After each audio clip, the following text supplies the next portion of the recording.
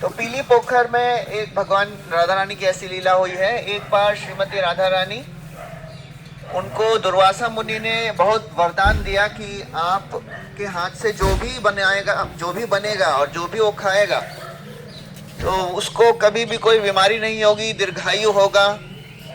क्योंकि राधा रानी ने दुर्वासा मुनि की सेवा की थी। दुर्वासा मुनि को प्रसन्न करना आसान नहीं है, बहुत जल्दी गुस्सा हो जाते हैं। तो राधा रानी ने उनकी सेवा की, उनको प्रसाद बना के खिलाया, तो सब बहुत प्रसन्न हो गए। दुर्वासा मुनि उनको ये वरदान दिए। तो फिर ये जब वरदान यशोदा मैया को पता चला, तब यशोदा मैया ने राधा रानी को अपने घर पे बुलाया और उनको बोलती थी, ये नंद लाल के लिए, कृष्ण के लिए बनाइए आप। तो बनाती थी बहुत बार। हम वहां पे भी जाएंगे जहाँ पे यह होता था, वो है पावन सरोवर, वो नंदगांव में जगह। तो एक बार जब राधा रानी ने कृष्ण के लिए सब भोग बनाए तो यशोदा माई इतनी खुश हो गई, इतनी प्रसन्न हो गई, उन्होंने सोचा कि मेरे कृष्ण का विवाह तो इससे ही करना चाहिए। तो उसी समय उन्होंने विवाह के पहले क्या करते हैं, हाथ में हल्दी लगा दिया, मतलब विवाह पक्का हो गया। तो फिर राधा रानी के हाथ पे उन्होंने हल्दी लगा दिया। और तो राधा रानी उस समय छोटी बच्ची थी, तो उनको मालूम नहीं क्या हुआ है, क्या कर रही है। तो फिर वहां से जब वो वापस यहाँ पे ललिता सखी के साथ आई तो उनको बताया कि अरे आपके हाथ में हल्दी लगाई है, लोग क्या कहेंगे, पता चल जाएगा यहाँ पे क्या हो रहा है। तो फिर जब वहां से पावन सरोवर, नंदगांव में पावन सरोवर है, हम जाएंगे शाम को, दोपहर में जाएंगे। तो वहां से जब यहाँ पे आई बरसाने में, तो ललिता देवी ने बोला कोई बात नहीं, आप एक काम करिए, अपना हाथ ये कुंड में धो दीजिए, तो किसी को पता नहीं चलेगा। फिर तो जैसे ही वो कुंड में हाथ धो के चली गई, तो हाथ तो साफ हो गया, लेकिन ये कुंड जो है वो पूरा पीला हो गया, इसलिए उसको पीली पोखर बोलते हैं, because of the colour. Yes, thank you. तो पूरे गांव वालों को पता चल गया ये कुंड पीला हो गया है, तो सबने अपना अपना कनेक्शन लगा लिया, सबको पता है कि क्या हुआ रहेगा। तो सब बहुत प्रसन्न हो गए कि अरे चलो अभी राधा रानी का विवाह हो जाएगा कृष्ण से, इससे बढ़कर और कोई अच्छा मैच नहीं है। लेकिन ब्रजवासियों की एक गुरु हैं, उनका नाम है पौर्णमासी।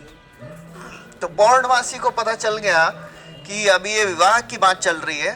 तो पूर्णमासी को लगा कि अरे जब विवाह हो जाएगा तो फिर राधा कृष्ण की जो लीलाएं हैं वो खत्म हो जाएंगी, जो परकीय वाली लीलाएं, जैसे जो विवाहित हो जाते हैं वो स्वकीय रस बोलते हैं। जो विवाह नहीं है ना, तो मिलना जुलना वो थोड़ा सा अलग लीला रहती है, अलग रस रहता है, तो वो नहीं होगा।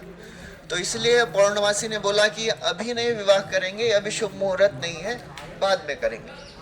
तो वो फिर विवाह तो अभी नहीं हुआ, लेकिन ये जो पीली पोखर है वो यहाँ पे ये जगह है। तो यहाँ पे हम नीचे उतरेंगे, अगर नहीं उतर सकते हैं तो कोई नीचे से आके आचमन डाल देंगे, और आचमन करके हम लोग यहाँ से जो गाड़ियों में हैं गाड़ियों में बैठिए, और उसके बाद हम लोग सीधा जाएंगे श्रीजी मंदिर। तो श्रीजी मंदिर यहाँ पे बता देता हूँ क्योंकि हम लोग कथा करने वाले हैं ऊपर। श्रीजी मंदिर के आगे एक और मंदिर है, कुशल बिहारी मंदिर। तो वहाँ पे डिटेल में राधा रानी का और यहाँ पे जो भी लीलाएं हुए हैं वहाँ पे बताएंगे। तो हम जहाँ पे भी जा रहे हैं सबसे इम्पोर्टेंट है हमको क्या करना है, प्रार्थनाएं करनी है। श्रीमती राधा रानी का धाम है और पूरा ब्रज ही श्रीमती राधा रानी का है, इसलिए यहाँ पे हर एक ब्रजवासी राधे राधे ही बोलते हैं, क्योंकि राधा रानी प्रसन्न होंगी तभी कृष्ण प्रसन्न होंगे, कृष्ण डायरेक्टली प्रसन्न नहीं होते हैं। और हम कौन है, हम गौड़ीय वैष्णव है ना। तो गौड़ीय वैष्णव अर्थात राधा रानी के ही भक्त हैं। तो एक बार भक्ति सिद्धांत सरस्वती ठाकुर जो श्रील प्रभुपाद जी के गुरु हैं, वो तो बता रहे थे कि एक्चुअली हमको कृष्ण से ज्यादा कुछ लेना देना नहीं है, हम तो राधा रानी के भक्त हैं और राधा रानी कृष्ण की सेवा करती है, इसलिए हम कृष्ण की सेवा करते हैं। वो चाहती है कृष्ण की सेवा करना है और वो प्रसन्न होती हैं कृष्ण की सेवा करने से, इसलिए हम कृष्ण की भी सेवा करते हैं। तो this is the extent where we are connected to Shrimati Radha Rani. लेकिन हमारा राधा रानी से कनेक्शन जो है वो ब्रज का जो भाव है वो बहुत ऊपर का भाव है, बहुत उच्च कोटि का भाव है, इसीलिए हम उसके लेवल पे नहीं है। इसलिए श्री प्रभुपाद जी ने हमको राधा कृष्ण की जो पूजा सेवा है वो लक्ष्मी नारायण की पूजा सेवा के रूप में करने के लिए बताई है कि जो भी विधि विधान है नियम से, उसमें ऐसा कुछ अपने आप जब किए जब मन आया तब करेंगे ऐसा नहीं होना चाहिए। एकदम रूल्स के हिसाब से हम सेवा करते हैं, उसको बोलते हैं वैधि साधना भक्ति।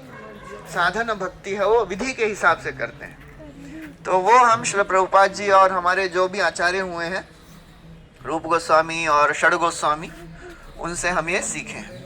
तो अभी यहाँ पे हम आचमन करेंगे और फिर यहाँ से निकलेंगे। और फिर श्री जी मंदिर में फोटो वोटो मत निकालिए, जहाँ दर्शन करने का प्रयास करिए, ज़्यादा से ज़्यादा आँखों से दर्शन लीजिए। फ़ोटो निकालते हैं, फ़ोटो कैमरा में रह जाता है, कैमरा कभी देखते ही नहीं है, मोबाइल में रह जाता है, देखते नहीं है। वहाँ पे दर्शन करिए और वहीं पे रुकिएगा, क्योंकि ये गाड़ियों से जाएंगे तो गाड़ियाँ आपको जहाँ छोड़ेंगी वहाँ से आप श्री जी मंदिर आइए, पूछ लीजिएगा श्री जी मंदिर कहाँ है, उससे ही थोड़ा सा 100 मीटर चलना पड़ेगा। तो वहाँ पे श्री जी मंदिर में दर्शन करेंगे, वहीं पे रुकिएगा। उसके बाद हम लोग जो वॉकिंग से आ रहे हैं वो सब हम वहाँ पे मिलेंगे। उसके बाद वहाँ से ही कुशल बिहारी जाएंगे। कुशल बिहारी और श्री जी मंदिर में 100 मीटर या 200 मीटर का अंतर है। कुशल बिहारी में ही हम बैठ के कथा करेंगे, कीर्तन करने वाले। उसके बाद आगे जाएंगे, ये उसके आगे हम लोग 2 और जगह जाने वाले हैं, मोर कुटीर और मान मंदिर। तो बरसाना जो है, यहाँ पे एक और चीज बता देता हूँ। एक बार ब्रह्मा जी ने, जब ब्रह्म विमोहन लीला हो गई ना, सुना है आप लोगों ने ब्रह्म विमोहन लीला? एक बार ब्रह्मा जी ने कृष्ण की सब गाय और सब ग्वाल बालों को चुरा लिया था। तो उस लीला के पश्चात ब्रह्मा जी को जब ये पता चला कि बहुत उन्होंने बड़ी गलती कर दी है, तो उनको बहुत पश्चाताप हुआ। और उस पश्चाताप के लिए उन्होंने कृष्ण को बोला, मुझे बरसाना में आप धाम में निवास दीजिए। तो ये बरसाना में 4 पहाड़ हैं, ये जो जहाँ पे चढ़ने वाले ना गाड़ियों से आप, ये पहाड़ है, तो छोटे छोटे पहाड़ हैं, 4 हैं। वो ब्रह्मा जी के 4 सर हैं। तो अभी हम ब्रह्मा जी के सरों पे जाने वाले हैं। तो बहुत ही आदर पूर्वक प्रणाम करके जाइए। ब्रह्मा जी हमारे संप्रदाय के आचार्य हैं, ब्रह्म मध्व संप्रदाय में आते हैं ना हम। तो ब्रह्मा जी के सर हैं 4। सबसे पहले जहाँ पे श्री जी मंदिर है वो है भानुगढ़, भानगढ़ बोलते हैं, भांगड़ नहीं, भानुगढ़। उसके बाद कुशल बिहारी मंदिर जहाँ पे है उसको बोलते हैं दानगढ़। उसके बाद आगे जाएंगे विलासगढ़, विलासगढ़ जहाँ पे मोर कुटीर है। मोर कुटीर की कहानी उधर ही बताएंगे हम आपको। और उसके बाद एक चौथा है, वो है मानगढ़, जहाँ पे राधा रानी मान करके कृष्ण से गुस्सा होके वहाँ पे बैठी हैं। तो ऐसे 4 मंदिर हैं, 4 मंदिरों का दर्शन करेंगे और वहाँ की कथा जो है ऊपर ही बताएंगे। तो ये इम्पोर्टेंट है, ब्रह्मा जी के 4 सर हैं ये। और ब्रह्मा जी का मंदिर केवल एक और कहाँ पे है, पुष्कर में है। और यहाँ पे एक छोटा सा मंदिर आपको, जैसे आप एंट्री करते हैं, जो गाड़ी से आएंगे वो तो दूसरे साइड से आएंगे, जो सीढ़ी से चढ़ने वाले हैं, जैसे ही सीढ़ी से चढ़ेंगे तो वहाँ पे एक छोटा सा मंदिर है ब्रह्मा जी का। वहाँ पे ही राधा रानी के चरण चिन्ह भी हैं। तो वहाँ पे वो देख के फिर अंदर चलेंगे। हरे कृष्णा। श्रीमती राधा रानी की जय, श्रील प्रभुपाद की जय, बरसाना धाम की जय।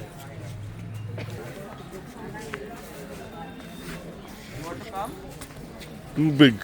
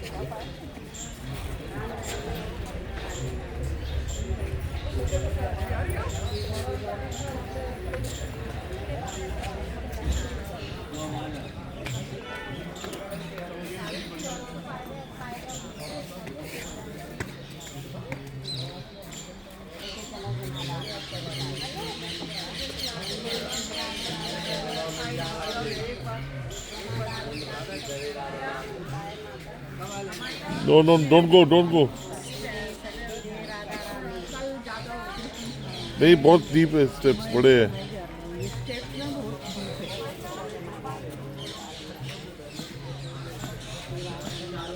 जिधर हो सकता है उधर ही जाएंगे.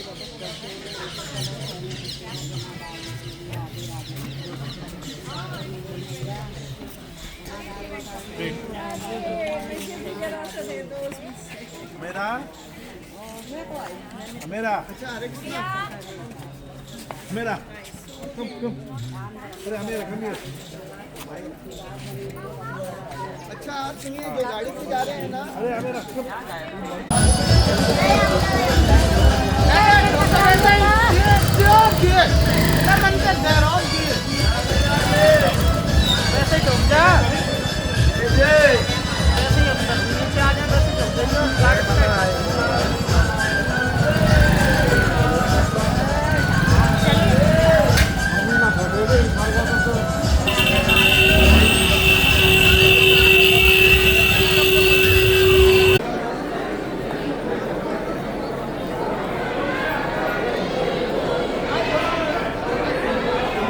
New date is in town.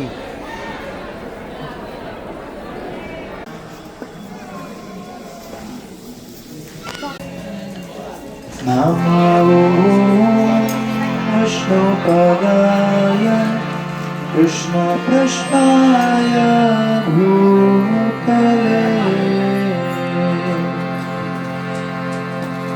Srimate Bhakti Vedanta आगे आ जाओ. Swami Nityananda बोलिए Vishnu Padaya Krishna Krishnaya Bhutale Srimate Bhakti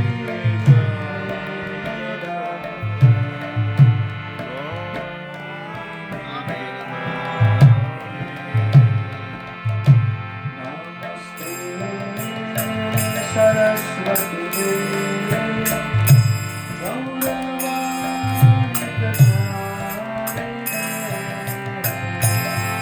Nirvishesha Shunyavadi Vashatarisha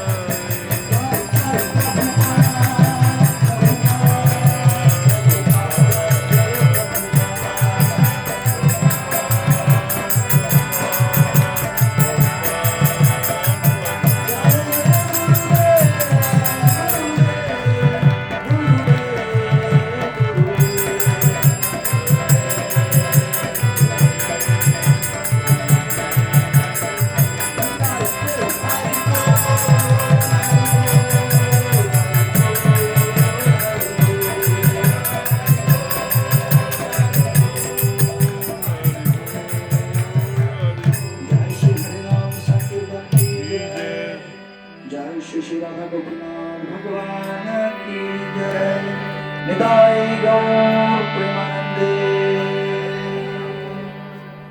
बैठ जाइए, आइए। फिर नेक्स्ट लेक्चर के बाद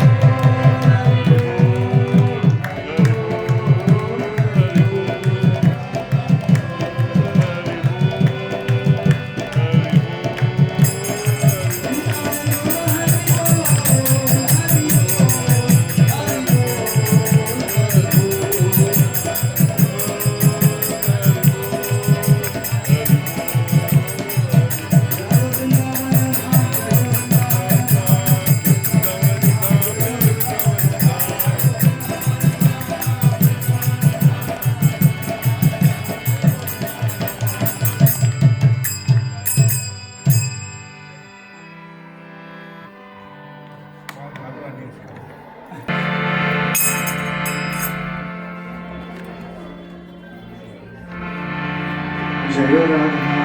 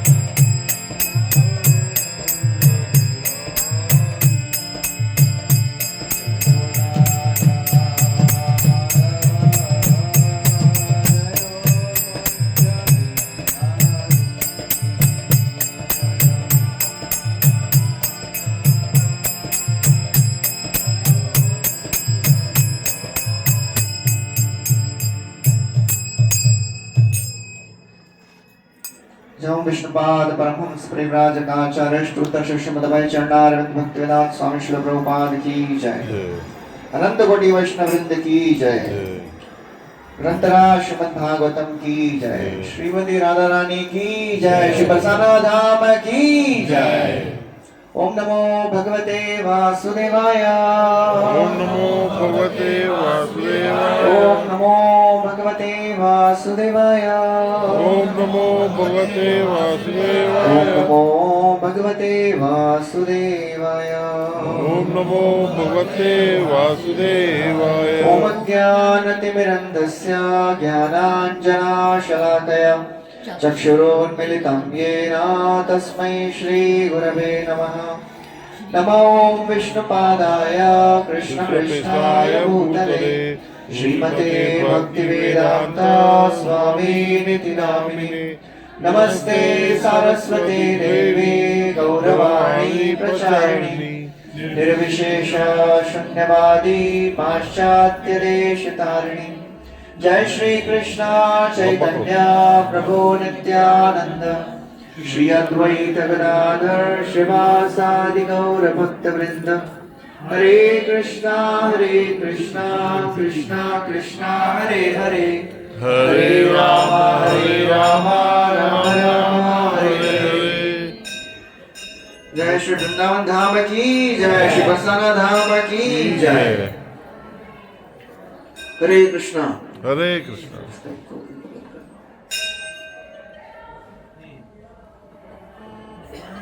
इसका मोबाइल बज रहा है, डिस्टर्बेंस आ रहा है, इसका मोबाइल बज रहा है।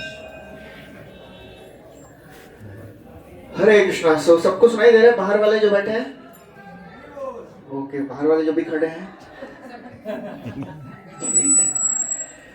सो अभी हमारे पास ज्यादा समय तो नहीं है, हमको 2-3 मंदिर और दर्शन करने हैं और उसके बाद आई थिंक 12 बजे तक हमको यहाँ से निकलना है। तो हम थोड़ा राधा रानी के बारे में और बरसाना धाम के बारे में और श्रीमती राधा रानी कौन है उनके बारे में थोड़ा सुनेंगे। सबसे पहले राधा रानी के प्रणाम मंत्र से शुरू करते हैं, सब लोग दोहराइए। तप्त कांचन गौरांगी तप्तकांचन गौरांगी राधे वृंदावनेश्वरी राधे वृंदावनेश्वरी वृषभानुसुते देवी वृषभानुसुते देवी प्रणमामि हरिप्रिये प्रणमामि हरिप्रिये तप्त कांचन गौरांगी तप्तकांचन गौरांगी राधे वृंदावनेश्वरी राधे वृंदावनेश्वरी वृषभानुसुते देवी वृषभानुसुते देवी प्रणमामि हरिप्रिये प्रणमामि हरिप्रिये। तो इस श्लोक में श्रीमती राधा रानी के तत्व के बारे में बहुत सुंदर तरीके से वर्णन किया गया है। तप्त कांचन गौरांगी, तो राधा रानी का जो वर्ण है वो तप्त कांचन अर्थात molten gold. She is a complexion of molten gold. सोने को पिघलाए तो जैसा उसका वर्ण रहता है वैसा राधा रानी का वर्ण है। राधा रानी जो है वो वृंदावनेश्वरी है, वो पूरे वृंदावन की ईश्वर है। ईश्वरी वही है, कृष्ण नहीं है वृंदावन के ईश्वर। वृंदावन के ईश्वर कौन है? ईश्वरी है श्रीमती राधा रानी, वही इस वृंदावन को चलाती हैं। उनके अध्यक्षता में ही वृंदावन चलता है। वृषभानु सुते देवी, और वृषभानु और कीर्तिदा की पुत्री है। वृषभानु महाराज उनके पिता हैं और कीर्तिदा उनकी माँ है। प्रणमामि हरि प्रिय, मैं उन राधा रानी को प्रणाम करता हूँ जो हरि की प्रिया हैं। वो हरि को, कृष्ण भगवान को सबसे ज्यादा प्रिय है। तो ये जो राधा रानी का तत्व है ये बहुत ही गूढ़ तत्व है। It is a very very confidential secret. सतयुग में, त्रेता युग में, द्वापर युग में श्रीमती राधा रानी के तत्व का वर्णन नहीं किया जाता था। वेदों में राधा रानी के तत्व का बहुत ही गूढ़ रूप से वर्णन है। It is defined very secretly, confidentiality. जैसा हम कलयुग में सबके मुख से राधा रानी का नाम सुन लेते हैं, it was not there in previous ages. It was only in Kaliyuga that Shri Chaitanya Mahaprabhu he brought this river of love of Srimati Radharani. And before that, there was a great devotee, Madhavendra Puri. उनके बारे में हम कल सुनेंगे गोवर्धन में। वो श्रीमती राधा रानी का जो प्रेम है इस संसार में सबको उजागर किए हैं। और श्री चैतन्य महाप्रभु जो राधा कृष्ण स्वयं है, श्री कृष्ण चैतन्य राधा कृष्ण नहीं अन्य, वो क्यों इस संसार में अवतार लिए हैं? कृष्ण है ना, लेकिन स्वयं राधा रानी के रूप में क्यों अवतार लिए? राधा रानी का कांति लेके, राधा रानी का मूड लेके क्यों अवतार लिए? 3 कारणों से। सबसे पहले वो ये समझना चाहते थे कि राधा रानी के प्रेम की महानता क्या है, ऐसा क्या कितना महान है इनका प्रेम जो मैं उनकी तरफ आकर्षित हो जाता हूँ, पूरा विश्व मुझे मेरी तरफ आकर्षित होता है। वो कृष्ण मतलब अर्थात क्या होता है? कृष्ण अर्थात सर्व आकर्षक।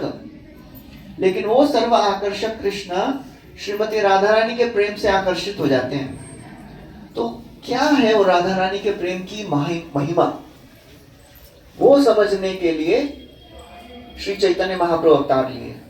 श्री राधाया प्रणय महिमा कीदृशो वा नयैव। राधा रानी के प्रेम की क्या महिमा है ये समझना बहुत ही कठिन है। और दूसरा, स्वाद्यो येनाद्भुत मधुरिमा कीदृशो वा मदीया। और जब श्रीमती राधा रानी कृष्ण की सेवा करती हैं तो ऐसा क्या आस्वादन करती हैं, वो इतनी प्रसन्न रहती हैं। जनरली जिसकी सेवा होती है वो खुश होता है ना, जो सेवा करता है वो खुश नहीं रहता है ज्यादा। लेकिन यहाँ पे सेवा करने वाले ज्यादा खुश हैं। Servant is more happy than the master. और ये देख के कृष्ण को बहुत ही आश्चर्य होता है कि ऐसा क्या है मुझ में जो ये राधा रानी आस्वादन कर रही है। सौख्यम चास्य मदनुभवता कीदृशो वेत्ति लोभात्। ऐसा कौन सा सुख मिल रहा है उनको मेरी सेवा करने में। तद्भावाढ्य समजनी शचि गर्भ सिंधु हरिंदु। तो इसलिए कृष्ण श्रीमती राधा रानी का रूप लेके यहाँ पे प्रकट हुए हैं। अभी हम सबसे पहले कौन से स्थान में गए? यहाँ पे बरसाना में, याद है किसी को? पीली पोखर। तो पीली पोखर का श्री चैतन्य महाप्रभु से बहुत ही गूढ़ संबंध है। जब हमने सुना कि राधा रानी ने हाथ धो लिए वहां पे और चली गई, फिर तो कृष्ण आए अपने सखाओं के साथ और वो देखे कि अरे यहाँ पे पानी पीला कैसे हो गया। तो कृष्ण ये देख के वो समझ गए कि राधा रानी अपने हाथ धोए हैं। तो राधा रानी के प्रेम में भाव विभोर होकर वो पानी में प्रवेश किए, कुंड में प्रवेश किए, पुली पोखर। और जब वो बाहर निकले वो एकदम अंदर जाते जा रहे हैं। पहले कमर तक, फिर अपने नेक तक, फिर धीरे धीरे पूरे अंदर चले गए। केवल मोर पंख दिख रहा है, मोर पंख भी अंदर चला गया। उसके बाद थोड़ी देर में जब कृष्ण बाहर निकले तो वो श्याम वर्ण नहीं थे, he was not black complexion। वो क्या थे अभी? वो स्वर्ण वर्ण के हो गए थे। और वो स्वर्ण वर्ण देख के सब आश्चर्यचकित हो गए, कृष्ण ये कौन सा रूप है तुम्हारा? तो तब बोले श्री कृष्ण बोले कि कलयुग में मैं यही रूप में इस संसार में प्रकट होऊंगा और ये राधा रानी का जो भाव है वो सबको मैं वितरण करूंगा। श्री चैतन्य महाप्रभु की जय। यही गुप्त भाव सिंधु ब्रह्मा न पाए एक बिंदु है न धन बिलाइला संसारे। ऐचे दयालु अवतार ऐचे दाता नहीं यार उड़ के हनारे वर्णे बारे। जो राधा कृष्ण की महिमा का जो पराकाष्ठा है उसको देने के लिए, पराकाष्ठा मतलब समझ रहे ना, समिट मतलब इससे ऊपर और कुछ नहीं है।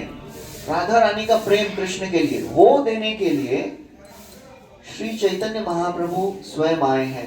राधा रानी का भाव लेके कृष्ण आए हैं। तो इसलिए ये जो राधा तत्व है ना, ये हम और आप जैसे हम लोगों के लिए बहुत ही कठिन है समझना। लेकिन श्री चैतन्य महाप्रभु की कृपा से हम थोड़ा बहुत कुछ तो जानने लगे। भगवत गीता में राधा रानी का नाम है कहीं पे? पढ़े हैं? भगवत गीता कितने लोग थोड़ा बहुत पढ़े हैं? कहीं पे राधा रानी का नाम नहीं है। भागवतम में है राधा रानी का नाम, भागवतम में भी राधा रानी का नाम नहीं है, कहीं पे भी नहीं है राधा रानी का नाम। क्यों नहीं है राधा रानी का नाम? क्योंकि देखो गाय भी आ गई सुनने के लिए। क्योंकि परीक्षित महाराज के पास तो केवल 7 दिन थे और सुखदेव गोस्वामी वो जब कृष्ण नाम सुनते हैं तो भाव विभोर हो जाते हैं और राधा रानी का नाम सुन के एकदम ही भाव विभोर होके अचेत हो जाते थे। You would become unconscious। तो वो सोचने लगे कि इनके पास तो 7 ही दिन है और एक बार वो अचेत हो गए, भाव में आके गिर गए तो ऐसा 1-2 दिन में नहीं, 6-6 महीना ऐसे पड़े रहते थे। तो मूर्छा राधा नाम मात्रेण मूर्छा सन्मासिकी भवेत। राधा नाम सुन के बोल के 6 महीने मूर्छा में। इसीलिए उन्होंने सोचा कि अगर मैं मूर्छा में चला गया, बेचारे के पास तो 7 ही दिन है, तो फिर इनको कौन सुनाएगा भागवतम। तो इसलिए राधा का नाम ही नहीं लिया श्रीमती राधा रानी ने। केवल इनडायरेक्ट रूप में एक बार नाम लिए हैं, अनयाराधितो नूनम भगवान हरिश्वरः यन्नो विहाय गोविंद प्रीतोयम अनयद्रः। जब रासलीला में कृष्ण सब गोपियों को छोड़ के चले गए एक बार, तो रासलीला का टॉपिक आप लोगों को पता नहीं कितना जानते हैं, तो फिर सबने देखा कि कृष्ण चले गए और उसके बाद कृष्ण और राधा रानी के चरण चिन्ह दिखाई दे रहे हैं बाकी गोपियों को। तो बाकी गोपियां बोलती हैं कि ये जो गोपी है ना, इसने कृष्ण भगवान की सबसे अच्छे से सेवा की है। राधा शब्द आराधना, आराधना अर्थात पूजा सेवा, तो जो आराधना में सबसे प्रवीण है वो है Shrimati Radha Rani. She is expert in serving Krishna. अनयाराधितो, जिन्होंने भगवान कृष्ण की आराधना अच्छे से की है पूर्ण रूप से, वो है श्रीमती राधा रानी। तो ये सब तत्व हमको महाप्रभु की कृपा से पता चला है। यदि गौर न हुई तो तबे की हुई तो केमो ने धरिताम दे, राधा महिमा प्रेम रस सीमा जगत जाना तो के। एक भजन लिखा है नरोत्तम दास ठाकुर में, वो बताते हैं कि यदि महाप्रभु नहीं होते तो राधा रानी की महिमा इस संसार में किसी को पता ही नहीं चलती। तो इसलिए मैं अभी वहां पे भी बता रहा था कि भक्ति सिद्धांत सरस्वती ठाकुर बोलते हैं कि एक्चुअली हमको कृष्ण से ज्यादा कुछ लेना देना नहीं है, लेकिन राधा रानी चाह रही है कृष्ण की सेवा करना, इसीलिए हम कृष्ण की सेवा अच्छे से कर रहे हैं। तो ये जो स्थान है ना, बहुत ही विशेष स्थान है, क्योंकि यहाँ पे श्रीमती राधा रानी स्वयं विराजमान है। श्रीमती राधा रानी का जन्म हुआ है रावल में। रावल नाम का एक गांव है, वहां पे उनका जन्म हुआ है। और जन्म के पश्चात, कुछ समय के पश्चात, वृषभानु कीर्तिदा तो किससे मांगते हैं हम? जनरली पिताजी से मांगते हैं, इसकी माँ से मांगते हैं। कितने लोग पिताजी के पास गए हैं कुछ मांगने के लिए? गए हैं? निशानी आज उठा रही है पापा के सामने। पहले मम्मी के पास जाते हैं ना, मम्मी थोड़ा जैक लगाएंगे, मम्मी बोलेंगे तो पापा को देना ही पड़ेगा। तो वैसे ही हम भी डायरेक्ट कृष्ण को मांगेंगे तो कृष्ण नहीं दे देंगे, क्योंकि हमारी योग्यता नहीं है ना, we are not qualified to get anything. लेकिन श्रीमती राधा रानी से मांगेंगे तो राधा रानी रेकमेंड करेंगी ना। सब जगह जैक लगता है, स्पिरिचुअल लाइफ में भी जैक लगाना पड़ता है, वो राधा रानी के थ्रू जाना पड़ता है, और राधा रानी तक भी पहुंचना मुश्किल है। तो राधा रानी के भक्त थोड़ा उसका ट्रबल कम करना, थोड़ा उस राधा रानी के भक्तों से जाना पड़ता है, हमारे गुरु परंपराचार्य आचार्य वृंद के थ्रू जाना पड़ता है, तब जाके राधा रानी के पास पहुंच सकते हैं। तो इसलिए राधा रानी का कृपा यहाँ पे स्वतंत्र रूप से नहीं मिल सकता है। हम भगवान राधा रानी का दर्शन हो गया, हरि बोल, बहुत अच्छा लगा, राधा रानी की कृपा उतनी आसानी से नहीं मिलती है। हमको यहाँ पे प्रार्थना करना है अपने गुरु वर्ग आचार्यों को प्रसन्न करने के लिए।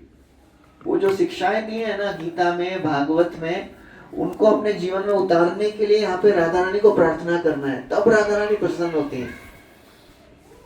तो जैसे तैसे भी होना प्रयास कर रहे हैं ना, तो राधा रानी का कृपा हो जाएगा। भागवत में बैठेंगे और राधा रानी को प्रार्थना करेंगे, राधा रानी बोलेंगे कि कृष्णा हे भगवान, ये डिवोटी बेचारे, इसको कृपा दे दो ना। भगवान बोलेंगे इसको, ये तो ओम नमो भगवते वासुदेवाय होता तो सो जाता है, महाप्रसाद गोविंद होता तो उठता है, इसको क्या कृपा देंगे? तो राधा रानी बोले अरे क्लास में सो रहा है ना, क्लास में आया तो है ना, भागवतम में आया तो है, बरसाना में आया तो है। तो राधा रानी बहुत दयालु है, तो इसलिए राधा रानी का कृपा अगर चाहिए तो उसके लिए प्रार्थना करना पड़ेगा और हमको प्रयास करना पड़ेगा आचार्यों को प्रसन्न करने के लिए, गुरु वर्ग भगवत गीता भागवतम को अपने जीवन में उतारने के लिए प्रयास करना पड़ेगा।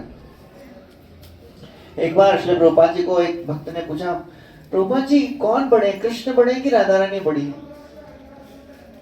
तो कौन बड़े, कृष्ण ज्यादा बड़े हैं कि राधा रानी बड़ी है? कितने लोग लगता है कृष्ण राधा रानी के धाम में बैठ के कृष्ण का नाम ले रहे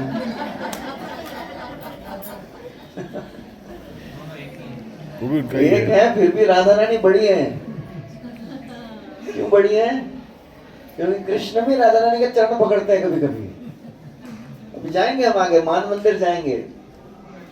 मान मंदिर में भगवान श्रीमती राधा रानी को मना रहे हैं। राधा रानी एक बार उठ के उधर बैठी हैं, क्योंकि एक बार कृष्ण ने राधा रानी को बोला कि मुझे भी थोड़ा गाना सिखाइए, आप तो इतना अच्छा गाते हैं। तो राधा रानी ट्राई कर रही है सिखाने का, और ये अलग अलग ही राह पलाप रहे हैं, कुछ और ये सिखा रही है, कुछ और राधा और कृष्ण कुछ और ही गा रहे हैं। तो थोड़ा देर सिखाने के बाद राधा रानी समझ गई है मेरा मजाक उड़ा रहे हैं, तो रूठ गई है। तो रूठ के फिर उधर बैठी हैं। फिर तो फिर उनको मनाने के लिए बहुत ट्राई किए हैं, राधा रानी मान ही नहीं रही है। उसके बाद उसके पहले मानगढ़ है, मानगढ़ के पहले एक जगह जाएंगे मोर कुटीर। मोर कुटीर में श्रीमती राधा रानी जब मान मंदिर में बैठी है मानगढ़ में रूठ के, तो कृष्ण एक मयूर का रूप लेकर नृत्य किए हैं। तो कुछ नहीं करेगा माता जी, बैठी बैठी कुछ नहीं करेगी वो।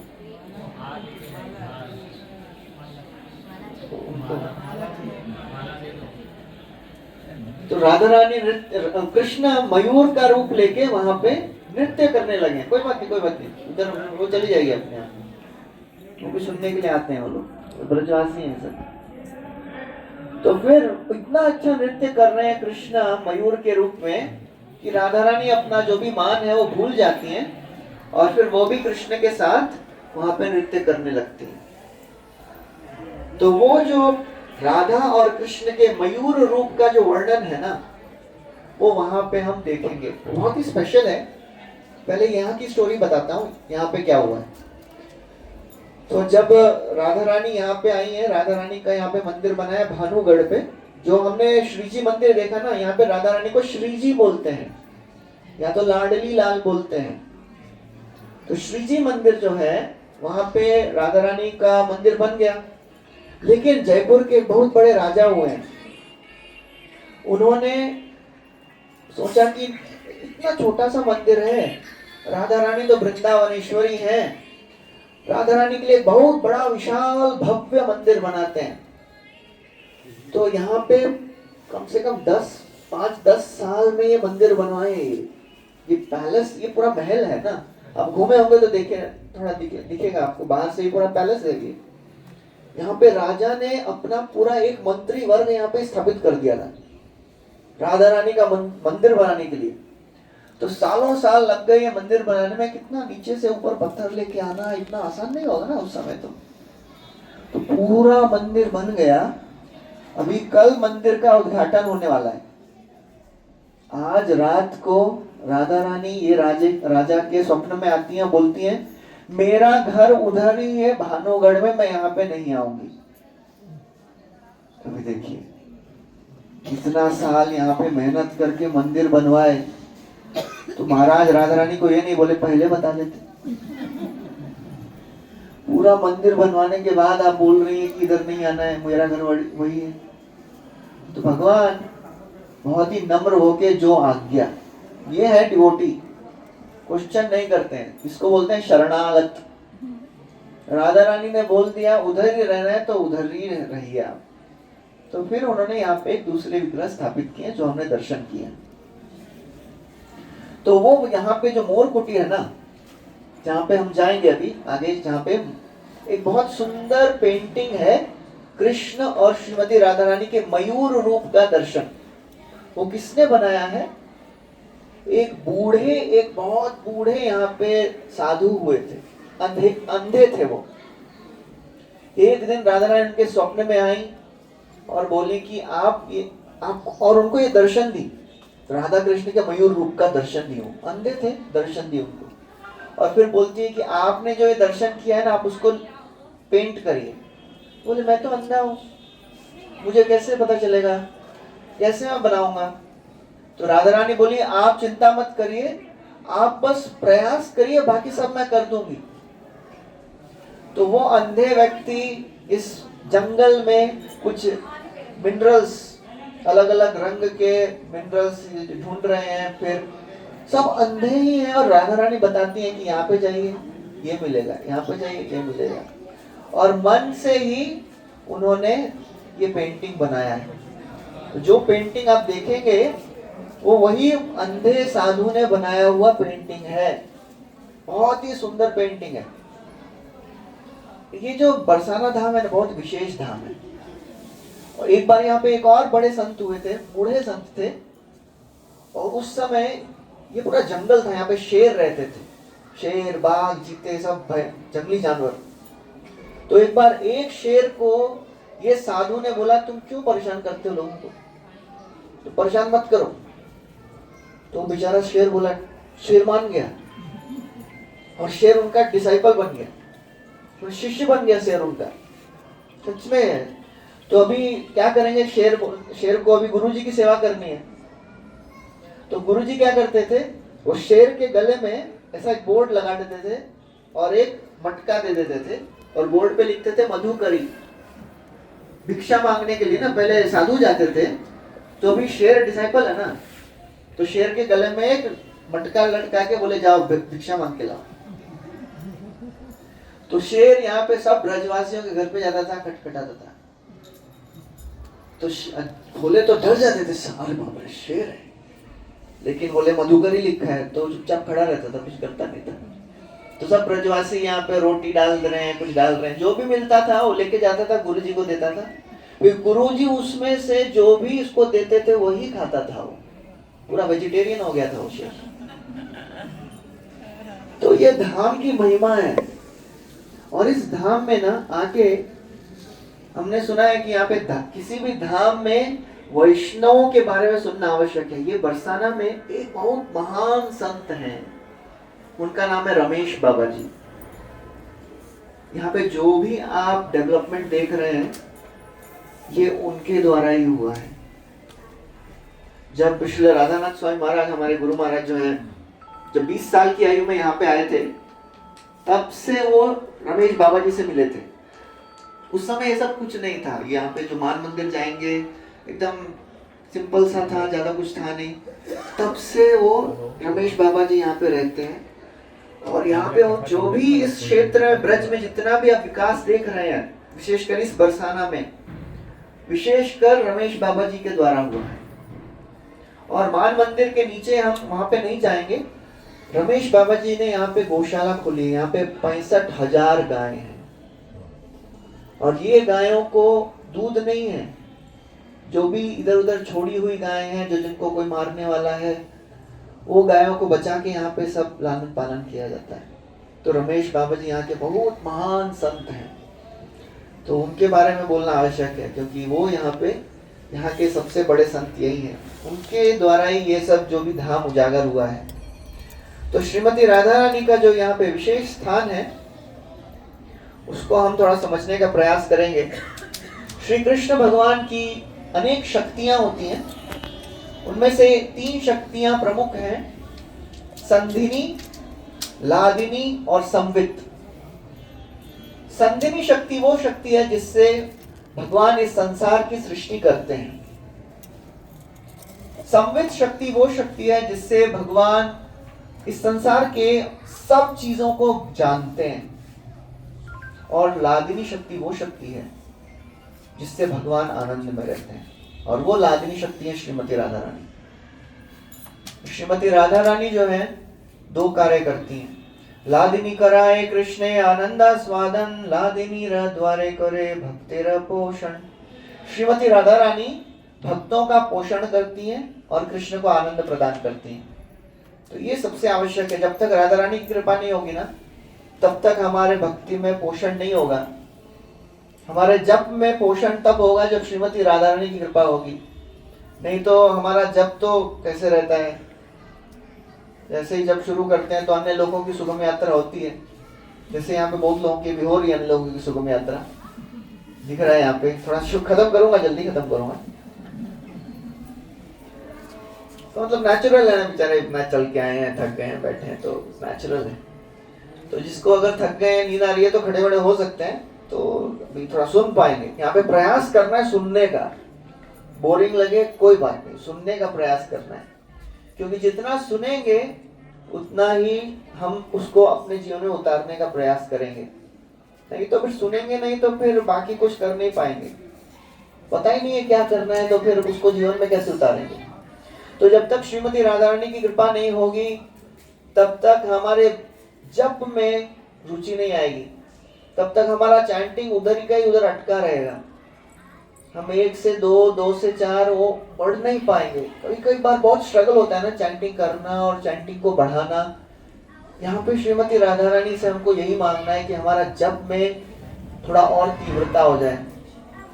बाकी तो सब ये सब दर्शन कर लिए हैं और अलग अलग धामों का दर्शन कर रहे हैं, लेकिन दर्शन में कृष्ण से यही मांगना है, राधा रानी से यही मांगना है। क्योंकि हमारा जो एक ही चीज है हरि नाम का जप, वही हमको आगे लेके जाएगा। नहीं तो हमारा एक्सटेसी कैसा रहता है, हरि नाम का चैंटिंग करते हैं तो सबसे ज्यादा एक्साइटमेंट कब आता है, जब वो लास्ट वाला माला नीचे गया काउंटर तभी। और वो मैंने पहले भी बताया ना, वो माला का एक कैसा मजा आता है। माला लाइए थोड़ा सा,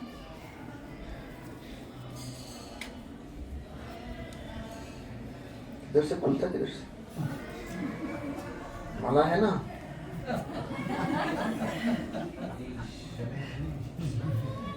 एक बार हमारे राधा गोपीनाथ प्रभु बता रहे थे, पहले हमारे मंदिर में एक अनाथ आश्रम था, ऑर्फेनेज। तो छोटे छोटे बच्चे रहते थे, तो छोटे छोटे बच्चों को थोड़ा एक माला रोज कराते थे। तो जब किसी को बच्चों को अच्छा नहीं लगता है माला वाला करना, तो एक संडे को एक बच्चा इतना ऐसा जोर जोर से ऐसा हाथ हिला हिला के हरे कृष्णा। तो प्रभु जी बोले, इतना क्या इसको मजा आ रहा है, क्या हो गया? बोले इधर, बोले क्या? ये तो आज मजा आ रहा है चैंटिंग। बोले दिखा माला, दिखा। तो फीडबैक देखा तो वीडियो में माला ही नहीं, और ईसा ही हरे कृष्णा बोल रहा। तो माला में ना ऐसा कितने लोग ऐसा एक्सपीरियंस हुआ है, ऐसा माला करते करते यार वो बड़ा वाला आ नहीं रहे रे, वो बड़ा वाला गायब तो नहीं हो गया। और कितने लोगों ने अपनी माला निकाल के देखी, हाँ आ रहा है। और सबसे ज्यादा फ्रस्ट्रेशन कब आता है, जब आपकी माला खत्म होने वाली हो, 7-8 मिनट हो गए हैं और आपने झपकी मारी और माला छूट गई हाथ से। अरे दोबारा करना पड़ेगा। तो ऐसा तो हमारा हाल है। तो ये राधा कृष्ण की लीलाएं बहुत ऊपर की चीजें हैं। तो हमको राधा रानी से भी प्रार्थना करना है कि भाई जप में थोड़ा रुचि आ जाए।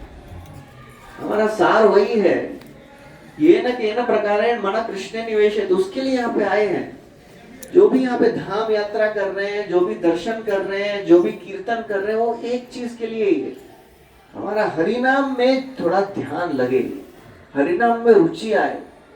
Otherwise it is always a struggle for chanting.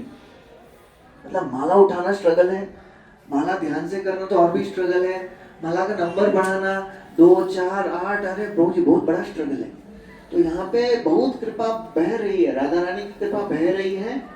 तो उनसे यही प्रार्थना करना है कि हमको हरिनाम में थोड़ी रुचि आए। क्योंकि जब कृष्ण नाम और ये हरे कृष्ण मंत्र का अर्थ ही क्या है, क्या मांग रहे हैं, किसको मांग रहे हैं, किसको प्रार्थना कर रहे हैं? राधा रानी को प्रार्थना कर रहे हैं। हरे अर्थात श्रीमती राधा रानी। हे श्रीमती राधा रानी, भगवान कृष्ण की शक्ति, मुझे कृष्ण की सेवा में लगाइए जो सर्व आकर्षक है और आनंद के स्रोत हैं। The source of all pleasure, is all attractive. तो राधा रानी से प्रार्थना करने के लिए आए हम लोग। तो जब तक राधा रानी से प्रार्थना नहीं करेंगे कि भाई हमको भी थोड़ा हरिनाम में रुचि आए, तब तक नहीं होगा। क्योंकि भगवान श्रीमती राधा रानी कृपा होगी ना, तब कृष्ण कृपा कर देंगे। तो जब मैं बता रहा था ना वो मयूर मोरकुटी का दर्शन, तो एक बार की बात है कि राधा रानी इतनी रूठ गई कि मान ही नहीं रही है। तो कृष्ण उनके पाँव को पकड़ के प्रार्थना कर रहे हैं, क्षमा करो मेरी गलती को। तो इसीलिए श्रील प्रभुपाद जी भी बोलते हैं कि राधा रानी बड़ी है, क्योंकि उनका प्रेम इतना विशाल है कि भगवान स्वयं श्री चैतन्य महाप्रभु के रूप में उनके प्रेम का आस्वादन कर रहे हैं। तो इसलिए ना प्रेम जो है ना, ये शब्द जो है ना हम बहुत कॉमन यूज करते हैं, लव लव लव। लव जो है ना ये साधारण चीज नहीं है। Love means sacrifice. यहाँ पे श्रीमती राधा रानी और सब गोपियां कृष्ण के लिए कुछ भी करने के लिए तैयार हैं। बहुत परिश्रम करती हैं वो सब गोपियां, सब ब्रजवासी बहुत परिश्रम करते हैं, क्योंकि परिश्रम के बिना कृष्ण प्रसन्न नहीं होते हैं। तो हमको भी परिश्रम करनी है। अभी दामोदर मंदिर गए थे ना कल हम लोग, दामोदर लीला जो हुई है उसमें यशोदा मैया को कितना भगाए हैं, कितना परिश्रम के बाद बंधे हैं श्री कृष्ण। सोमातो स्विन्न गात्राय विसृष्टा कवरस्रजा दृष्ट्वा परिश्रमं कृष्णं कृपयासीत् स्वबंधने। अपनी माँ को पूरा पसीने से लथपथ देख के भगवान कृष्ण कृपा करके बंध गए हैं। तो जब तक हम परिश्रम नहीं करेंगे तो भगवान कृपा नहीं करेंगे, क्योंकि भक्ति जो है ना दुर्लभ है बहुत। यहाँ पे श्रीमती राधा रानी के मंदिर में आके सब लोग थोड़ा राधे राधे बोल लेते हैं, बहुत अच्छा लगता है, लेकिन राधा रानी अर्थात भगवान के लिए परिश्रम, भगवान के लिए कुछ भी करने के लिए वो तैयार हैं। और राधा रानी का एक नाम है विद्यार्थिनी। विद्यार्थिनी मतलब स्टूडेंट है, वो हमेशा सीखती रहती है नया नया चीज। ऐसा बताते हैं कि चिरकाल से, अनंत काल से राधा रानी हर रोज भगवान के लिए कुकिंग कर रही है, आज तक एक भी डिश रिपीट नहीं की है। हर रोज नया नया बना के खिलाती हैं।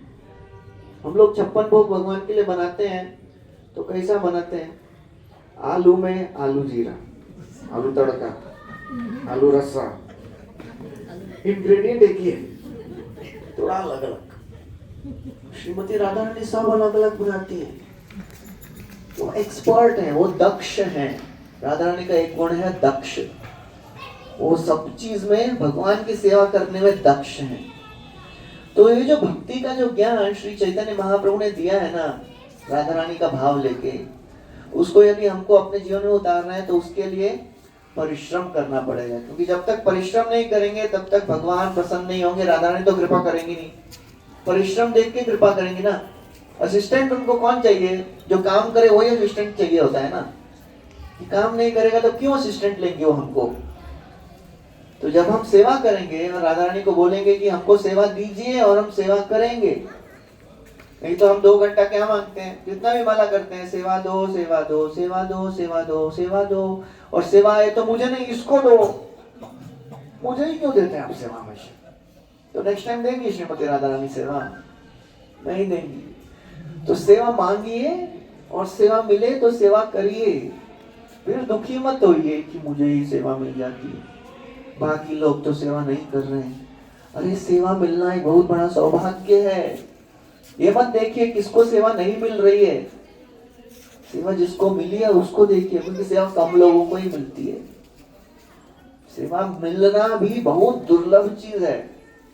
भगवान की सेवा मिलना, जो सही चेतना में सेवा करेंगे ना, if we are in right consciousness while we are serving, we will really advance much. नहीं तो ऐसा क्यों दे देते हैं मेरे को हमेशा सेवा? ये तो डिवोटी हमेशा लेट ही आते हैं, उनको नहीं देते हैं सेवा, और मुझे ही सेवा देते हैं। और जो सेवा करता है उसको ही डांट पड़ती है, क्योंकि जो सेवा करता नहीं उसको डांट पड़ती नहीं। जो सामने रहता है उसी को डांट पड़ती है। कमल प्रभु जी को पूछ लीजिए।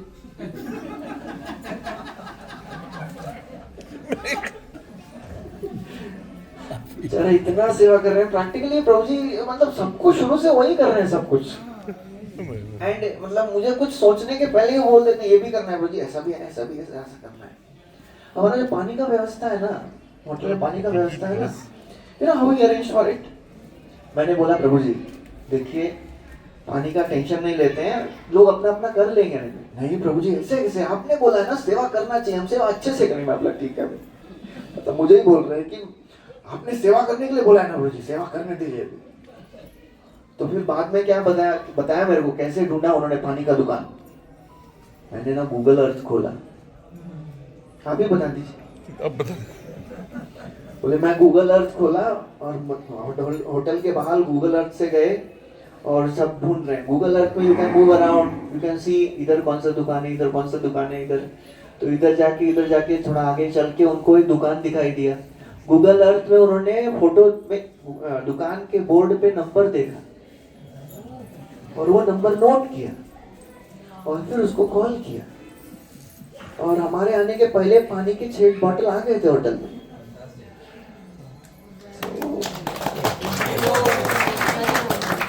That is one of the things. ऐसा बहुत कुछ सेवा की है वो। बॉटल के ऊपर डिस्पेंसर लेके आए हैं। मैंने बोला डिस्पेंसर का इतना बड़ा बॉटल कैसे लेके चलेंगे? भैया आप टेंशन मत लीजिए, आ जाएगा।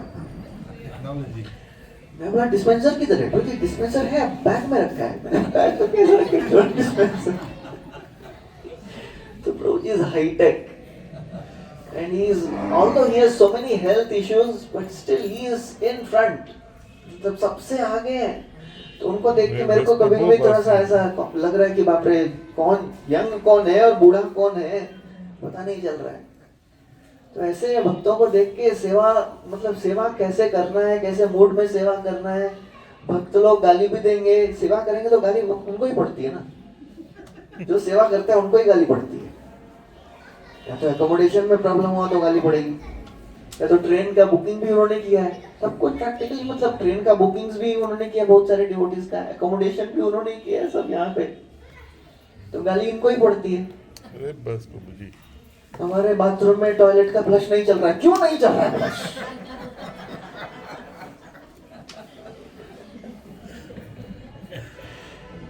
तो हमारे बीच में ऐसे ऐसे डिवोटी हैं। तो श्रीमती राधा की कृपा नहीं मिलेगा तो कैसे मिलेगा और किसको मिलेगा? तो इसलिए श्रीमती राधा की कृपा चाहिए ना तो मेहनत करना पड़ता है। तो मेहनत ऐसे नहीं होता कि हम अपना अपना कर लेंगे। थोड़ा when we extend ourselves to serve other devotees, when we go out of the comfort zone, खुद के लिए तो सब लोग अपना अपना कर लेते हैं, लेकिन जब सेवा दूसरों के लिए की जाती है ना तब भगवान प्रसन्न हो जाते हैं, तब श्रीमती राधा रानी प्रसन्न हो जाती हैं।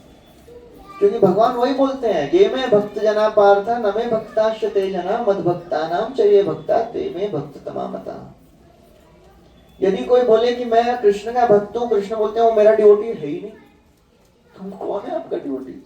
मद भक्ता नाम चाहिए भक्ता, जो मेरे भक्तों के भक्त है ना वो मेरे डिवोटी हैं। जो मेरे भक्तों की सेवा करते हैं वो मेरे वास्तविक डिवोटी हैं। क्योंकि हम डायरेक्ट कृष्ण के पास, राधा रानी के पास नहीं पहुंच सकते, वो बहुत दूर की बात है। श्रीमती राधा रानी के पास पहुंचने के लिए भक्तों की सेवा आवश्यक है। हरिनाम में जितना रुचि आएगा उतनी कृष्ण, यदि हमको समझ रहा है कि हमारा अभी हरिनाम में थोड़ा सा रेगुलरिटी हो गया है, थोड़ा जप करने का मन करता है, मतलब श्रीमती राधा रानी का कृपा हो रहा है।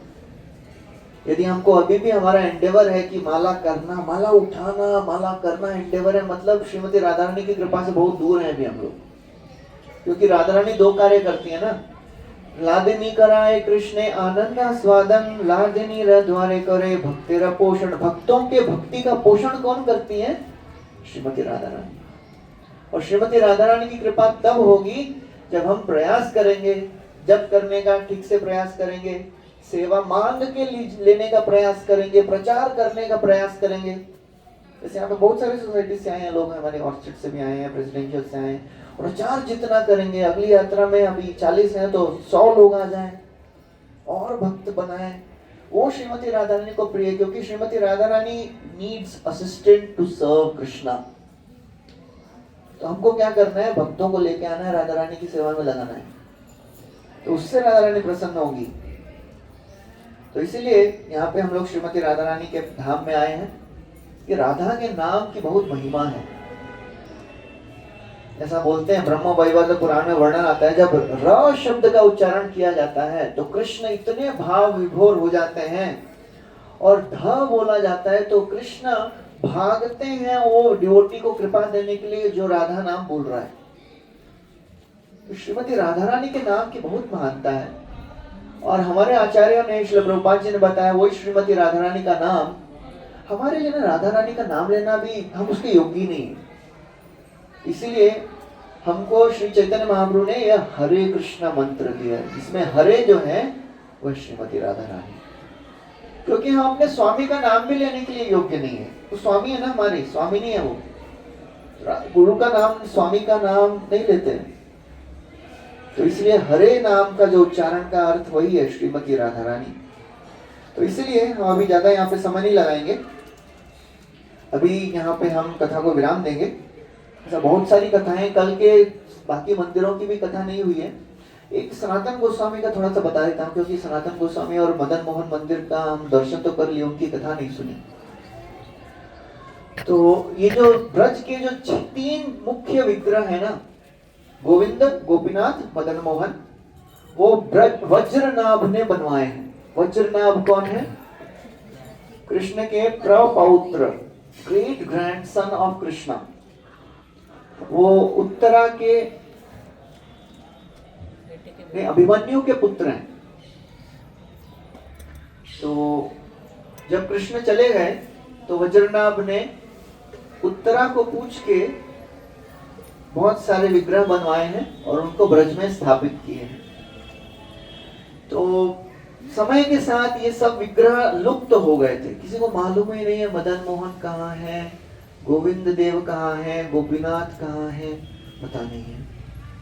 तो अद्वैताचार्य जो पंच तत्व में एक है ना, अद्वैताचार्य, वो जब वृंदावन में आए तो गोवर्धन परिक्रमा करते हुए एक स्थान पे उनको मदन मोहन के विग्रहों की होने का अनुभूति हुई, और उन्होंने वहां पे फिर खोद के नीचे से मदन मोहन के विग्रह निकाले हैं। और उनकी बहुत सालों तक पूजा करने के पश्चात वो एक चौबे नाम के एक ब्राह्मण थे, उनको दे दिए थे और वो चले गए फिर नवदीप। तो ये चौबे जो थे, पुरुषोत्तम चौबे नाम था उनका, पुरुषोत्तम चौबे, वो अपने परिवार के साथ उनकी सेवा में लगे रहते थे। और ये जो पुरुषोत्तम चौबे की पत्नी थी ना, वो मदन मोहन को अपने पुत्र की तरह पूजा करती थी। पुत्र के रूप में उनको खिलाना है, पिलाना, बहुत स्नेह से, नॉट ऑफिशियल भगवान है ऐसा नहीं, पुत्र है मेरे। उनके 2 बच्चे थे, वो मदन मोहन के साथ खेलते भी थे। तो एक दिन सनातन गोस्वामी परिक्रमा करते करते इनके घर में आए। तो सनातन गोस्वामी ने देखा कि भगवान के साथ ऐसा कैसा व्यवहार कर रहे हैं बच्चे, इनका बच्चे के जैसा। तो वो बोले, देखिए ये भगवान है, इनको भगवान के रूप में पूजा करना चाहिए, आप थोड़ा उनको ध्यान से पूजा करिए, ऐसे कहीं पे भी रख देते हैं, कभी भी खिला देते हैं, ऐसा मत करिए। तो बोले ठीक है, वैसा ही करेंगे। उस रात को भगवान सनातन गोस्वामी के स्वप्न में आए, मदन मोहन। वो बोले कि आपने उनको बोल दिया, वो मेरी इतनी अच्छे से मेरी माँ के रूप में मेरी सेवा कर रही थी, अब वो मुझे वैसी सेवा नहीं कर रही है, आपने ऐसा क्यों बोल दिया उनको? तो दुखी हो गए सनातन गोस्वामी। और वही मदन मोहन ये पुरुषोत्तम चौबे के स्वप्न में आए और बोलते हैं, मैं चाहता हूं कि मेरी पूजा अब सनातन गोस्वामी करें। तो अगले दिन जब सनातन गोस्वामी उनके घर में वापस दर्शन करने गए, तो ये पुरुषोत्तम चौबे ने ये मदन मोहन के विग्रह सनातन गोस्वामी को दिए और बोले कि आप इनकी पूजा करिए। तो सनातन गोस्वामी बोले कि मैं तो यहाँ पे भिक्षा मांगता हूँ, मैं तो एक जगह पे रहता भी नहीं हूँ, हर पेड़ पे अलग अलग दिन रहता हूँ, कैसे इनकी पूजा करूंगा? बोले हमको मालूम नहीं, भगवान ने बोला है आप सेवा करने वाले। तो दे के चले गए उनको मदन मोहन। तो मदन मोहन बेचारे अभी आ गए हैं सनातन गोस्वामी के पास। घर में तो बहुत अच्छा अच्छा भोग बनाती थी उनकी पत्नी, अभी बेचारे सनातन गोस्वामी क्या खिलाएंगे? तो जो भी भिक्षा में बाटी मिलता है, बाटी, दाल बाटी होती है ना, तो दाल बाटी मतलब एक ऐसा अच्छे से ऐसा बनाया हुआ नहीं, वो बाटी क्या होती थी, जो भी ब्रज के यहाँ पे ब्रजवासी आटा देते थे, उसको वो ऐसे ही गोला यमुना के पानी में मिला के गोल बना के आग में डाल देते थे और जो भी पक जाता था, आधा पका थोड़ा पका, जैसा भी पका है भगवान को अर्पण करते थे। तो एक दिन मदन मोहन बोले सनातन गोस्वामी को कि देखिए, आप बाटी दे रहे हो और कुछ तो देने हो, इसमें नमक तो दिल मिला दो, नमक भी नहीं है इसमें। सनातन गोस्वामी को मदन मोहन बोल रहे। तो सनातन गोस्वामी बोलते हैं, देखिए मुझे श्री चैतन्य महाप्रभु ने सेवा दी है, यहाँ पे मुझे बहुत सारा लिखना है, ग्रंथ लिखने हैं, बहुत सारा कुछ करना है, आपको नमक चाहिए, आप अपना अरेंजमेंट खुद कर लो, मेरे पास इतना ही कैपेसिटी है, मेरे पास बहुत सारी सेवाएं दी हैं, महाप्रभु ने दी हैं। मदन मोहन बोले ठीक है भाई। तो थोड़े दिन के बाद सनातन गोस्वामी उधर ही द्वादश आदित्य टीम देखे आप, द्वादश आदित्य टीम मदन मोहन के पास में उधर ही पहाड़ पे देखे ना, तो वहां पे बैठ के तपस्या कर रहे थे, ध्यान में थे, तपस्या नहीं ध्यान में थे। तो एक व्यापारी मथुरा से आ रहे थे, दिल्ली से आ रहे थे, आगरा जाना था उनको, और उनके नाव में बहुत सारा नमक का पूरा बड़ा बड़ा ढेर मतलब बड़ा बड़ा पत्थर जैसा रखा हुआ था। और यमुना के पास जैसे ही आए, यमुना के कीचड़ में उनकी नाव फंस गई। तो बहुत प्रयास किए निकालने का, निकल ही नहीं रहा है। तो एक ब्रजवासी बोलते हैं कि ये यहाँ पे ना, ये पर्वत पे एक बहुत बड़े महान सन्यासी साधु बैठे, उनके पास जाइए, वो हेल्प करेंगे आपकी। तो वो आए सनातन गोस्वामी के पास, बोले मेरा नाव फंस गया है, आप हेल्प करिए। बोले मैं क्या करूं, मैं तो साधु हूं, यहाँ पे भजन कर रहा हूं, आप मदन मोहन को प्रार्थना करो, मदन मोहन को प्रार्थना करेंगे सब हो जाएगा। तो ये व्यापारी मदन मोहन के पास गए, प्रार्थना किए और बोले कि यदि मेरी नाव यहाँ से निकल जाए तो मैं व्यापार करके आऊंगा ना, तो मदन मोहन के लिए एक मंदिर बनवाऊंगा। तो जैसे ही प्रार्थना किए तो थोड़ी देर में एक बहुत आंधी चलने लग गई, और आंधी से वो नाव वो कीचड़ से निकल गया। और वो नमक का ढेर था, वो सनातन गोस्वामी, वो व्यापारी जो था, वो उधर ही रख के चला गया व्यापार करने के लिए। व्यापार करके आया, बहुत सारा धन कमा के आया। उसके बाद मदन मोहन के लिए एक छोटा सा मंदिर बनाया, ये वाला मंदिर नहीं, इसके पहले एक और मंदिर था, वो टूट गया, उसके बाद ये मंदिर बनवाया। ये मंदिर की अलग कहानी है, गोविंद देव मंदिर की अलग कहानी है, वो हम जयपुर जाएंगे तब सुनेंगे। नेक्स्ट यात्रा हमारी जयपुर है, और टाइम और डेट बताएंगे, सितंबर अक्टूबर में होगा। वो बहुत ही इंपॉर्टेंट जगह है, क्योंकि जितने भी विग्रह है ना वृंदावन के, मदन मोहन, गोविंद देव, गोपीनाथ, ये सब जयपुर में है अभी, राधा माधव सब जयपुर में है। तो विशेष है बहुत स्थान वो। तो ये मदन मोहन की कहानी है। तो अभी हम चलेंगे और बाकी दर्शन भी हमको करने हैं। तो यहाँ से हम पैदल चल के अभी विलासगढ़ जाएंगे, मोरकुटी का दर्शन करेंगे, और फिर जो गाड़ी से आए हैं वो भक्त लोग वापस यहीं पे आएंगे, और यहाँ से मानगढ़ के लिए कार से वो गाड़ी वाले आपको मानगढ़ पे लेके जाएंगे, क्योंकि मानगढ़ के लिए भी बहुत उतरना है, फिर चढ़ना है, तो आप लोग चढ़ नहीं पाएंगे। श्रीमती राधा रानी की जय, बरसाना धाम की जय, श्रील प्रभुपाद की जय, ताई गौर प्रेमानंदे हरि हरि बोल। देवों को स्थापित किया वृंदावन में। कौन कौन से देव हैं?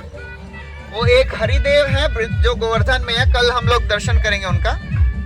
दूसरे वो है केशव देव ऑफ मथुरा, मथुरा में केशव देव है। फिर तीसरे हैं बलदेव जो दाऊजी बलदेव, और चौथे हैं गोविंद देव वृंदावन के। ये चारों देव। फिर उन्होंने दो नाथों को भी स्थापित किया है, एक है श्रीनाथ जी और दूसरे हैं गोपीनाथ। एक श्रीनाथ जो अभी नाथद्वारा में है, और दूसरे गोपीनाथ जो अभी जयपुर में। तो चार देव और दो नाथ, उसके साथ दो गोपालों को भी स्थापित किया है। एक तो है वो श्री मदन गोपाल, जो बाद में मदन मोहन के नाम से प्रसिद्ध है। वो भी कहाँ पे है? जयपुर में नहीं है, जयपुर के पास एक स्थान है करौली, वहां पे है। तो एक गोपाल वो हो गए मदन गोपाल, और दूसरे गोपाल जो है वो है साक्षी गोपाल। साक्षी गोपाल कहाँ है? उड़ीसा में है वो। अरे उड़ीसा। तो बाद में वो साक्षी गोपाल, वो स्टोरी मालूम है ना, वृंदावन से साक्षी देने के लिए चले गए। और उन्होंने पीछे मुड़ के देखा तो हाँ, तो 4 देव कौन से हैं? हरिदेव, बलदेव और श्रीनाथ जी। दो दांत है। दो नाथ हरिदेव, बलदेव, केशव देव और गोविंद देव, ये 4 देव हैं। फिर 2 नाथ हैं, श्रीनाथ और गोपीनाथ। फिर 2 गोपाल हैं, साक्षी गोपाल और मदन गोपाल। मदन गोपाल। और 4 महादेवों को स्थापित किए हैं यहाँ पे। वो 4 महादेव कौन कौन से हैं? एक गोवर्धन में कल हम दर्शन करेंगे, शायद नहीं कर पाएंगे, चकलेश्वर महादेव हैं। चकलेश्वर और चक्रेश्वर से चकलेश्वर हो गए हैं। टाइम मिलेगा तो स्टोरी बताएंगे। दूसरे काम्यवन में है कामेश्वर महादेव। और तीसरे यहाँ पे कौन से महादेव देखे हैं? नंदीश्वर महादेव। और एक दूसरे स्टोरी बताई मैंने, बहुत लोग नहीं थे, आशेश्वर महादेव।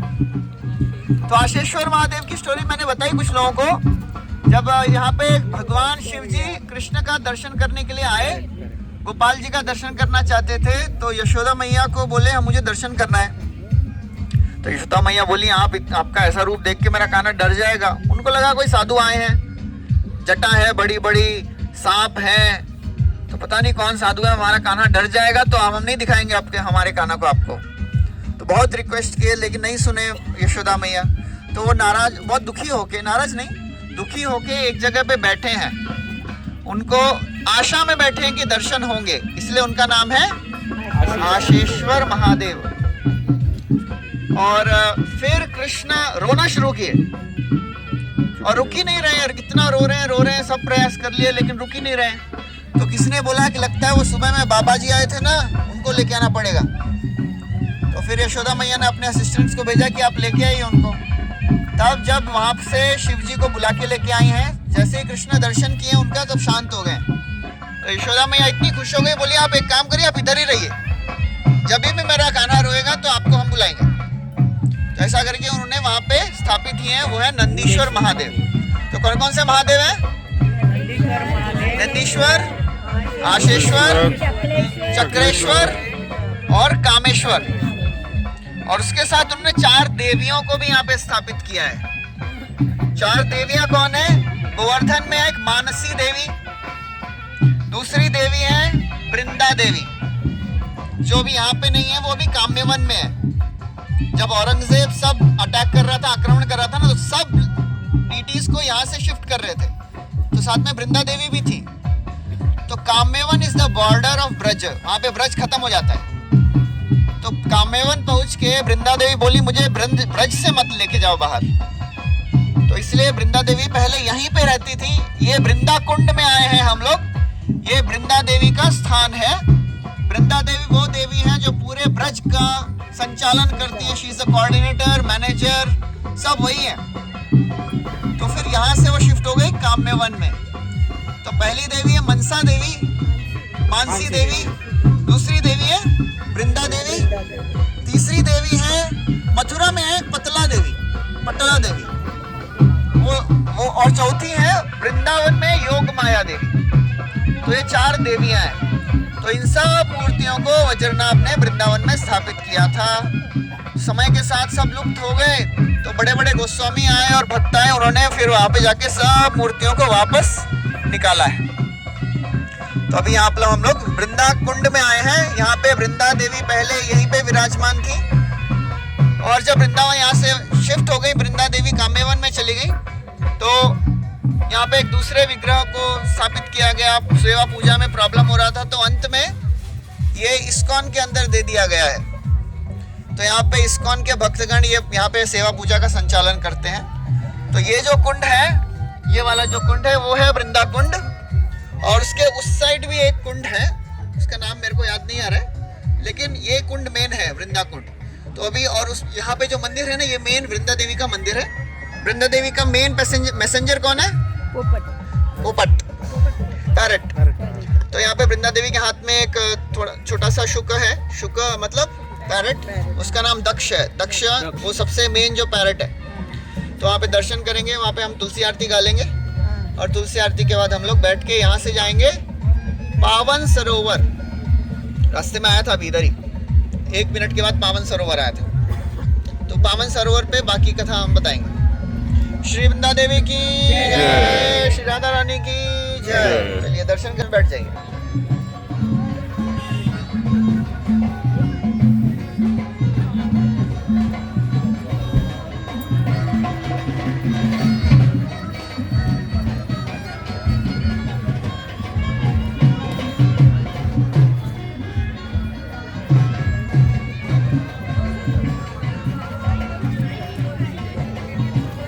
विष्णु भक्ति प्रतिदेवी सत्यवत्ये नमो नमः।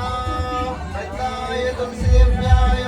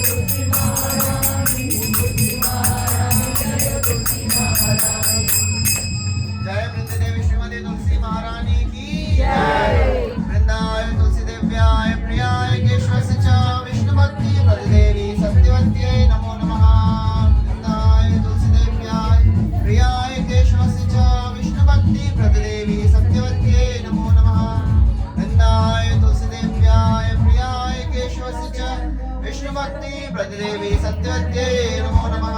वृंददेवी श्रीमती तुलसी महारानी की जय। हरे कृष्णा। तो सब लोग वृंददेवी को प्रार्थना करिए। She is a supreme deity of Vrindavan. उनको प्रार्थना करिए। जो हमने अभी प्रार्थना बोली है, वृंदाय तुलसी देव्याय वृंदाय तुलसी देवाय। कृष्ण की प्रिय है, विष्णु भक्ति प्रदे देवी, वो विष्णु भक्ति प्रदान करने वाली है। जो वृंदा देवी इस संसार में तुलसी के रूप में प्रकट हुई है। तो तुरीय मूर्ति तुलसी लोके वृंदे नमस्ते चरणार विंदम। एक पूरा भजन अष्टकम है वृंदा देवी पे, वृंदावन पे, वृंदा देवी पे। बहुत अच्छा अच्छा भजन है। वृंदा चालीसा भी है। तो इसलिए ये बहुत ही स्पेशल प्लेस है। यहाँ पे वृंदा देवी से प्रार्थना करिए, क्योंकि हमने जो भी तुलसी आरती गाई है उसका अर्थ ही बहुत ही विशेष है। उसमें हम श्रीमती राधा रानी के सबसे थोड़ा उस साइड हो जाइए, सबसे उत्तम प्रेम भक्ति को मांग रहे हैं वृंदा देवी से। मोरई अभिलाष विलास कुंज दियोवास, जो भी हम बरसाना जाके आए हैं उसमें निवास मांग रहे हैं हम वृंदा देवी को। वृंदा देवी प्रदान कर सकती हैं। तो इसलिए आप प्रार्थना करिए कि हमारा भजन अच्छे से हो, हमारा जप अच्छे से हो, क्योंकि हमारा भक्ति का पूरा जो आधार है वो है हमारी साधना, हमारा जप, हमारा भगवत गीता भागवतम का पठन, भक्तों की सेवा, वो हमारे भक्ति का आधार है। तो उसके लिए प्रार्थना करिए यहाँ पे। और इसके बाद यहाँ से नीचे जाइए, नीचे सब लोग मत जाइए, कोई आचमन आपको ऊपर डाल देंगे। तो वृंदावन का आचमन लेके वापस बस में बैठ जाइए। हरे कृष्णा। श्रीमती की जय, श्रीमती राधा रानी की जय। तो यहाँ पे आप सामने पावन बिहारी भगवान श्रीमती राधा रानी और उनके पावन बिहारी भगवान के दाएं हाथ में श्री चैतन्य महाप्रभु के विग्रह हैं। तो श्री चैतन्य महाप्रभु जैसा हम सुने हैं कि 1515 के कार्तिक पूर्णिमा में वृंदावन में आए। वृंदावन के 12 वन हैं, सब वनों में जाके भ्रमण किए हैं। और ये जो सामने पावन सरोवर है उसमें स्नान भी किए हैं। तो ये पावन सरोवर बहुत ही विशेष है, क्योंकि ये पावन सरोवर में श्री चैतन्य महाप्रभु ने स्नान किया है।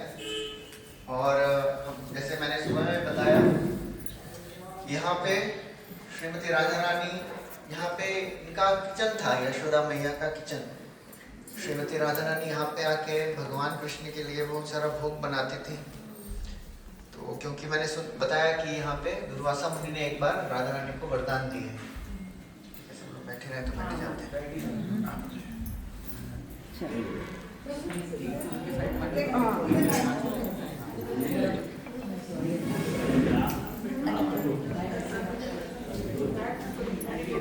बस 5 मिनट में, ज़्यादा नहीं बोलना, 5 मिनट में उठना पड़ेगा, तो उस हिसाब से बैठिए। तो ये थोड़ा कमल प्रभु भगवान को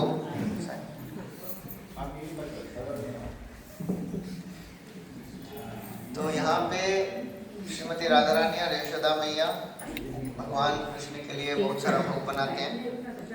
और यहाँ पे ही आगे हम नहीं जा रहे हैं। यहाँ पे सनातन गोस्वामी का भजन कुटीर भी है।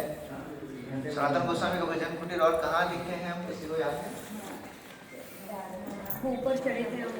हाँ, हम मदन मोहन मंदिर में सनातन गोस्वामी का भजन कुटीर देखे हैं। यहाँ पे भी सनातन गोस्वामी पूरे ब्रज में विचरण करते हुए अलग अलग जगह पे रहते थे थोड़े थोड़े दिन, और वहाँ पे अपना भजन कुटीर बनाते थे। भजन कुटीर मतलब एक जगह पे रह के जहाँ पे भजन किए उसको भजन कुटीर बोल दिए। ऐसा कुछ बड़ा सा घर वर तो बनाते नहीं थे, छोटा सा कुटिया किसी ने बना दिया तो उसमें रहते थे थोड़े दिन। तो यहाँ पे सनातन गोस्वामी का भजन कुटीर है। और उसके साथ ही के एक और बहुत बड़े वैष्णव आचार्य हैं, उनका यहाँ पे समाधि है। वो हैं कृष्णदास बाबा जी महाराज। तो कृष्णदास बाबा जी महाराज जो हैं वो श्रील भक्ति सिद्धांत सरस्वती ठाकुर के एक शिष्य हैं। हमारे श्रील प्रभुपाद जी के गुरु भाई हैं, सब दोनों एक ही गुरु हैं उनके। और अकिंचन कृष्णदास बाबा जी महाराज किसके लिए प्रसिद्ध थे? उनके हरिनाम जप के लिए। वो दिन भर रात भर जप करते थे। बताते थे लोग कि कभी उनको कोई सोते हुए देखता ही नहीं था, हमेशा जप करते रहते थे और भगवान नाम में हमेशा मग्न रहते थे। और श्री प्रभुपाद जी जब 1959 में जब उन्होंने संन्यास लिया, तब उस समय जब उनकी संन्यास के मंत्र यज्ञ पढ़े जा रहे थे, यज्ञ हो रहा था, तो बहुत सारे बड़े बड़े पंडित थे, बहुत सारे ब्राह्मण थे, यज्ञ कर रहे थे, अलग अलग मंत्र उच्चारण कर रहे थे। और अकिंचन कृष्णदास बाबा जी महाराज जोर जोर से हरे कृष्णा कीर्तन कर रहे थे। तो जो बाकी ब्राह्मण थे डिवोटी, वो बोले कि थोड़ा धीरे धीरे कीर्तन करिए, हमको डिस्टर्ब हो रहा है। और ये बोल के जैसे ही वो अपना यज्ञ में लग जाते थे, प्रभुपाद जी उनको बोलते थे और जोर से करो, और जोर से करो, क्योंकि ये कीर्तन ही